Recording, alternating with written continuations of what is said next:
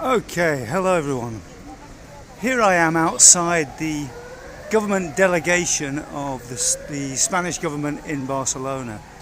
And what I want to talk about today is neutered nationalism and the Catalan response to the sentence that has just been pronounced today on the attempted referendum on the 1st of October 2017.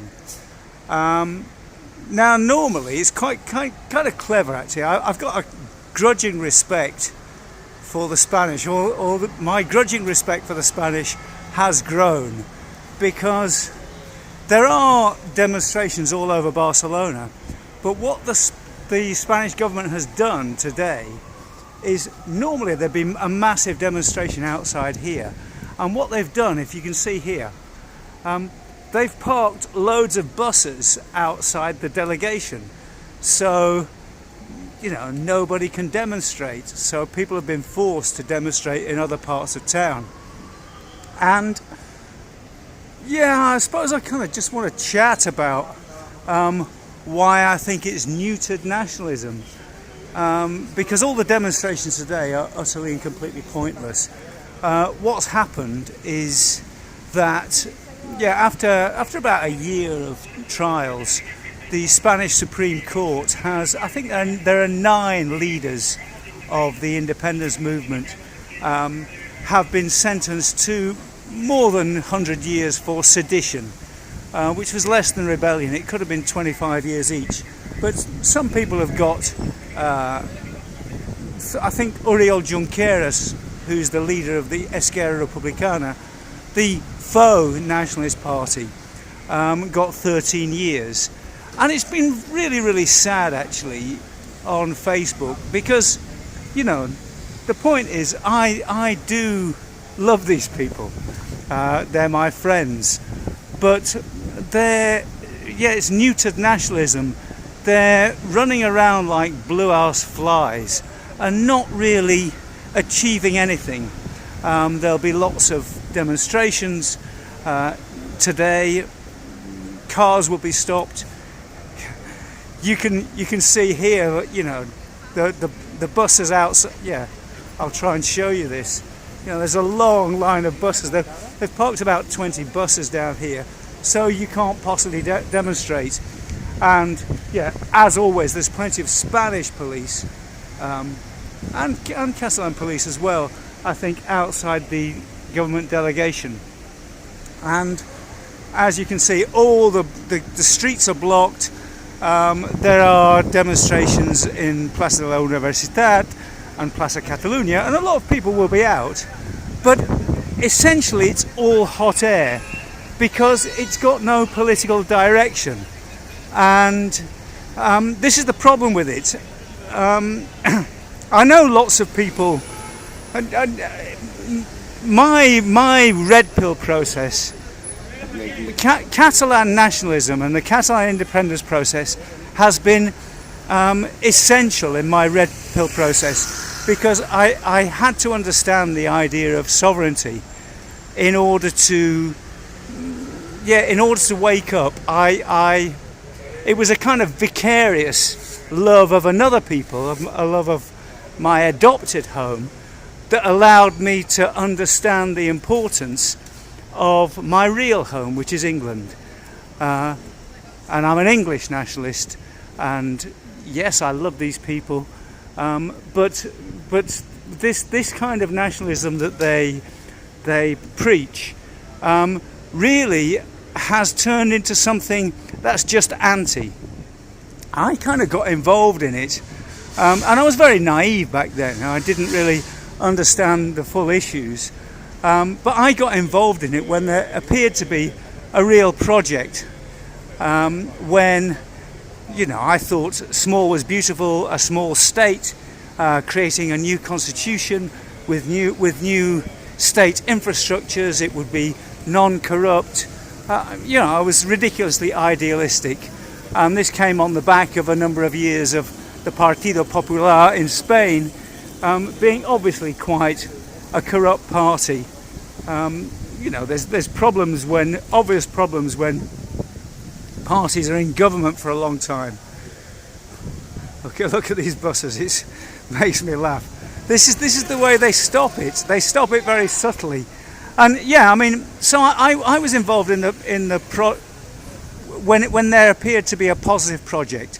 So I was pro-Catalan, but not anti-Spanish. And I think this is the important consideration. After the the 9th of November 2014, when they had the first attempted referendum. After that, it's just really turned the Catalan left and right, pro-independence left and right, split into two, and everything went haywire, and it just stopped being a project. If they weren't united, it was never going to work. And since then, the Catalan Soros-funded left, Esquerra Republicana, have kind of turned it into just being anti-Spanish. And when you look in the papers today, or when you look on Facebook, all they talk about is fascist Spain. This is fascists. This is a fascist decision, a fascist court. They're anti-democratic, etc., etc. And they have so little self-awareness, really, that this is the problem. This is what nationalism isn't about this. My nationalism has matured a lot in the last 4 or 5 years, and I'm capable of accepting. In fact, I'm working very hard on a big project involving the nationalist Falange leader in the Spanish Republic, José Antonio Primo de Rivera, and I'm going to publish his works, complete works in Spanish, and then try and do some kind of adaptation, useful adaptation in English, and so I can see the pro-Spanish arguments, and this is another point I want to make about Spanish politics. I think all political parties these days are controlled opposition. The socialists, the majority of the conventional parties are obviously controlled opposition. But even Vox, people have held out hope for Vox, but it's actually not really very realistic, because Vox have admitted to being Zionist. And if Vox were really Spanish patriots, they wouldn't provoke the conflict with Catalonia. But because they win votes by being anti-Catalan, then this is what they provoke. It's trying to provoke as much conflict as possible, and it seems to me increasingly ridiculous. One can argue with José Antonio Primo de Rivera and the Falange's view of nationalism, but he wanted to incorporate Catalonia and the Basque Country into Spain, and I've just read yesterday, I think, that anybody, he actually said that anybody who speaks out against Catalonia can't consider themselves a Spanish patriot, because a Spanish patriot would love Catalonia. So he certainly wasn't anti-Catalan. As I said, many of my Catalan friends might argue about his model of nationalism. That's a different question. But the way the Catalans find themselves in a state of neutered nationalism, they're going absolutely nowhere with this, because they've got no political leadership and they haven't got a positive project. And unless you've got a positive model to sell to the people, all it is anti.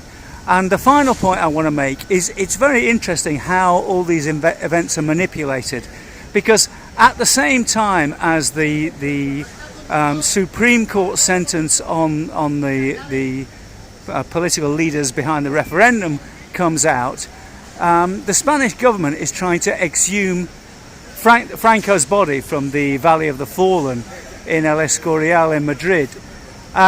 So what they're playing in, the majority of Catalans fall into this dreadful situation of being anti-fascist, anti-Francoist, and the PSOE, Pedro Sanchez's PSOE party, isn't on their side.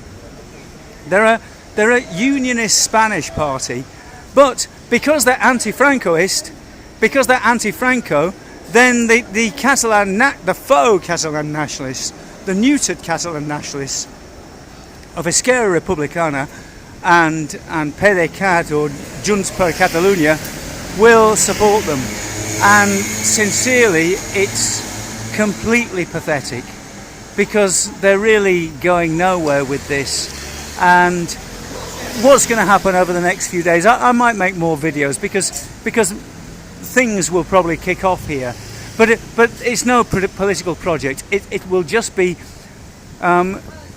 naive people getting themselves arrested through a sincere love of their cause. And I'm not really criticizing them, but they don't really have any broader political objective. They don't have any broader political objective, because they can't see how they're being manipulated. And what's happening here in Catalonia is ultimately the Catalans are going to lose the demographic battle. They're already probably the minority, but the more South Americans, Muslims and Africans that are brought in, the less likely they're going to have control over their region.